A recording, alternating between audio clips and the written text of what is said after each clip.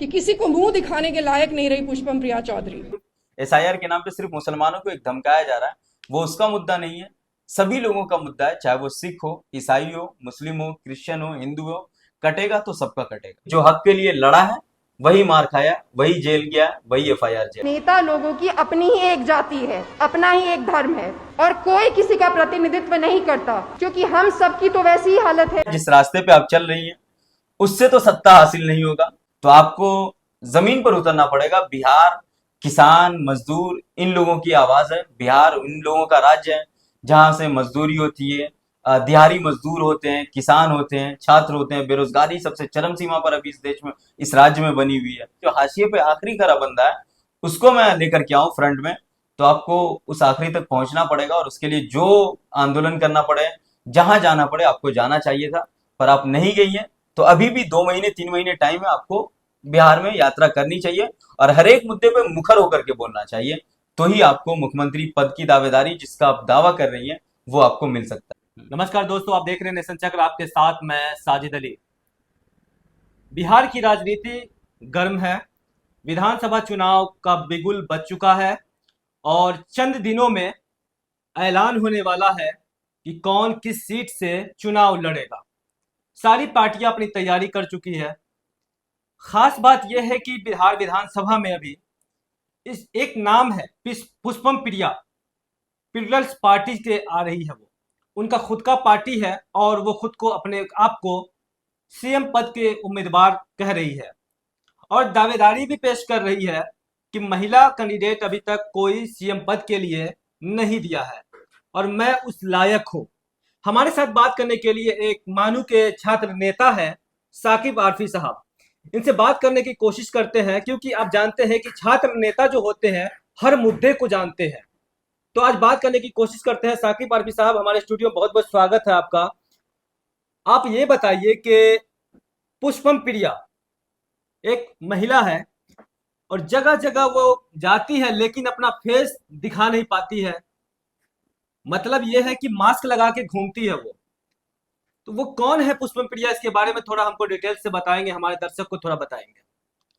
बहुत बहुत शुक्रिया आपका। सबसे पहले कि बिहार की राजनीति में महिला को आना ये एक बहुत बेहतर काम है।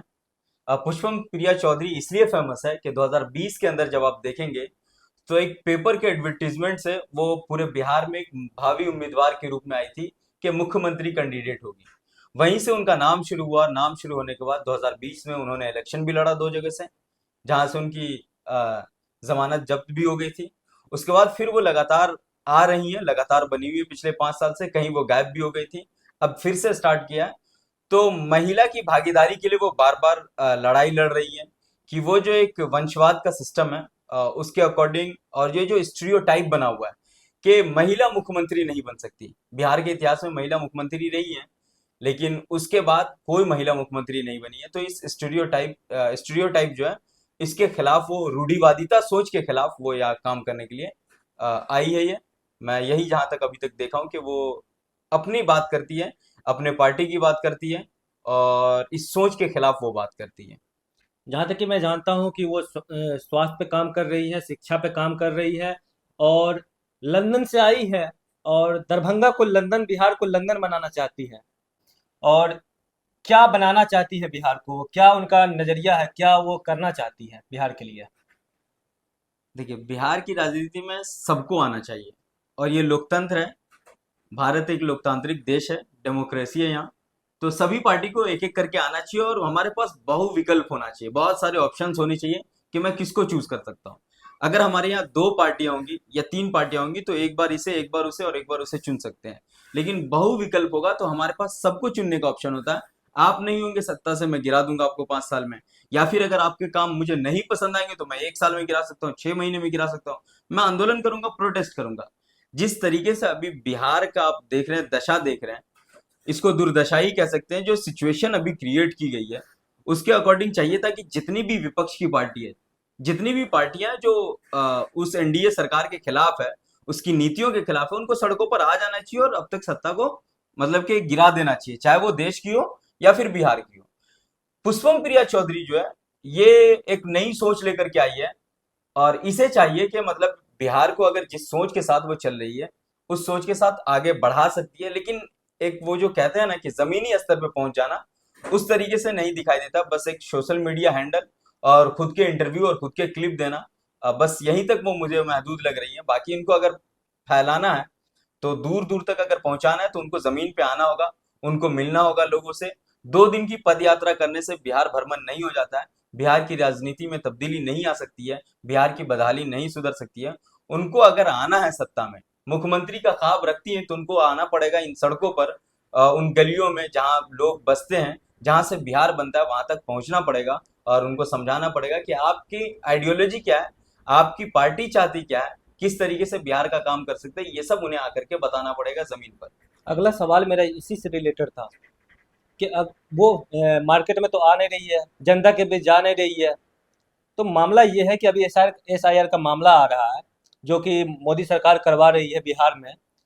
को कहे तो पीछे के रास्ते से एनआरसी लाना, तो उस पे भी मुखर होके बोल नहीं रही है, खुल के बोल नहीं रही है। आखिर वो कहना क्या चाह रही है भाई, किसके तरफ से काम कर रही है, जनता ये पूछ रही है भाई। एसआईआर के खिलाफ तो बहुत सारे लोगों ने नहीं कहा, लाइक पुष्पम प्रिया चौधरी हुई, जनसुराज के नेता हुए प्रशांत किशोर, इसके अलावा और भी छोटी छोटी पार्टियां हैं जो बिल्कुल भी नहीं कही है एसआईआर के खिलाफ। मैं कहता हूं कि एसआईआर के खिलाफ हर एक पार्टी को बोलनी चाहिए।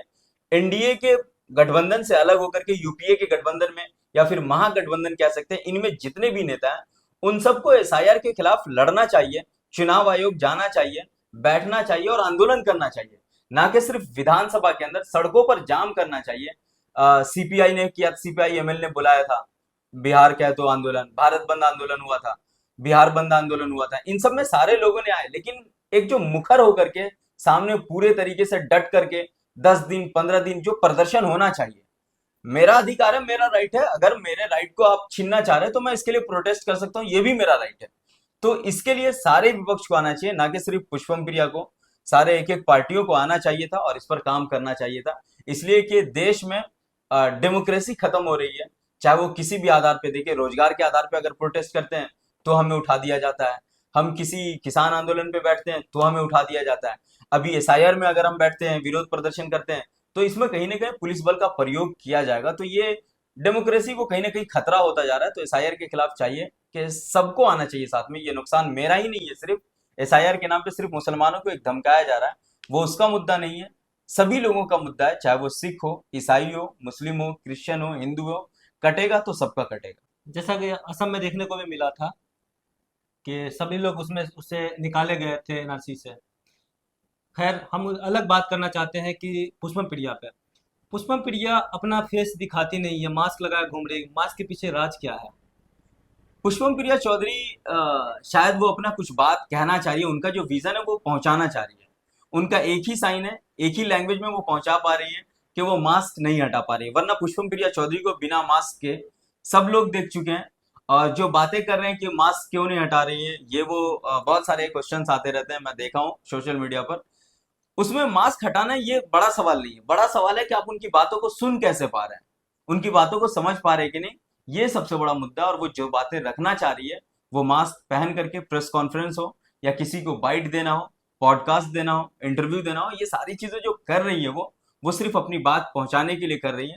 बात पहुंचाने के लिए सारे नेता अलग अलग, किसी का टोन अलग होता है, किसी की जबान अलग होती है, किसी का एटीट्यूड अलग होता है, सब अपने अपने वे में बताना चाह रहे जनता को, वो भी वही कर रही है, मास्क पहन करके एक आइकन बनना चाह रही है और अपनी बात रखना चाह रही है।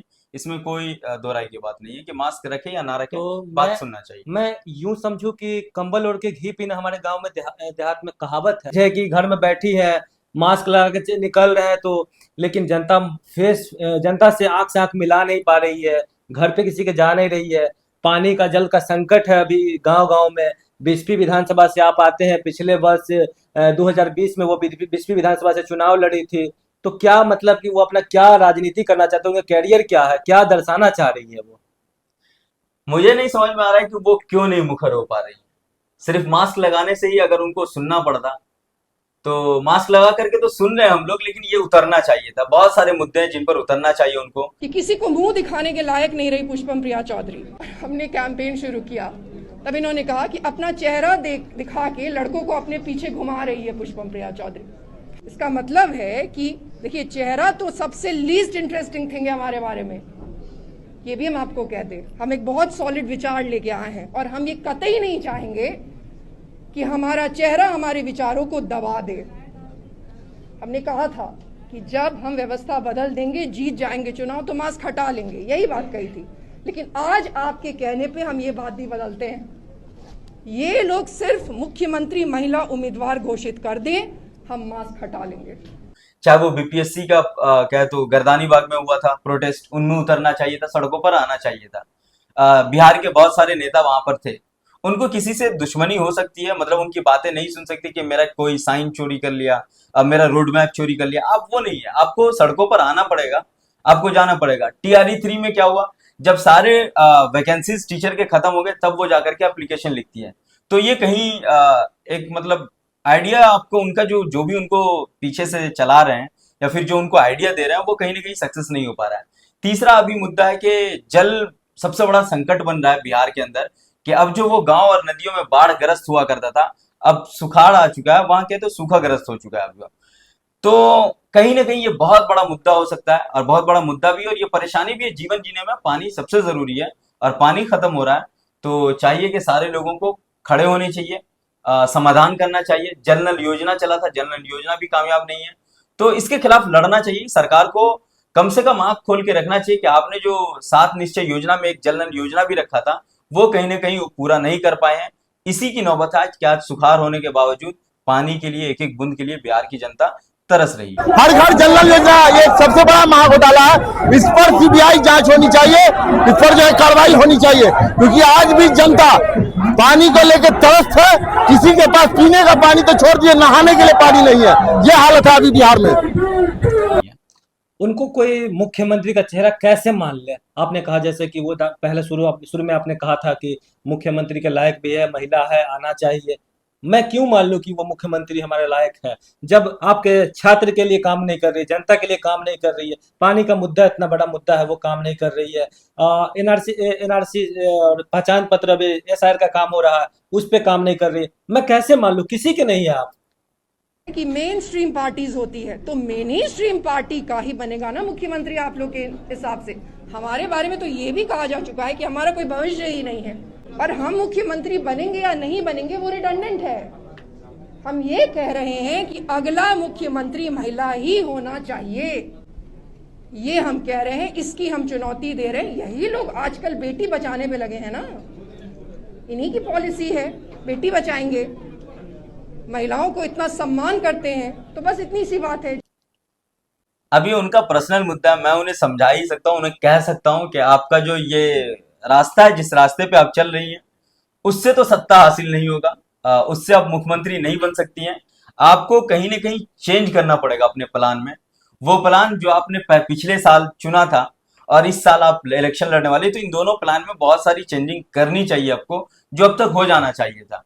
अब 25 में आप लड़ेंगी, अगर आपका वोटिंग परसेंटेज हाई नहीं होता है, जो लास्ट टाइम में आपका परसेंटेज था उससे हाई नहीं होता, तो आप कहीं ना कहीं पीछे की तरफ जा रहे हैं और आपका आइडिया काम नहीं कर पा रहा है। तो इस वाले प्लान में उनको चेंजिंग करना चाहिए था, और अगर वोटिंग परसेंटेज बढ़ाना है तो आपको जमीन पर उतरना पड़ेगा। बिहार किसान, मजदूर, इन लोगों की आवाज है। बिहार इन लोगों का राज्य है जहां से मजदूरी होती है, दिहाड़ी मजदूर होते हैं, किसान होते हैं, छात्र होते हैं। बेरोजगारी सबसे चरम सीमा पर अभी इस देश में, इस राज्य में बनी हुई है।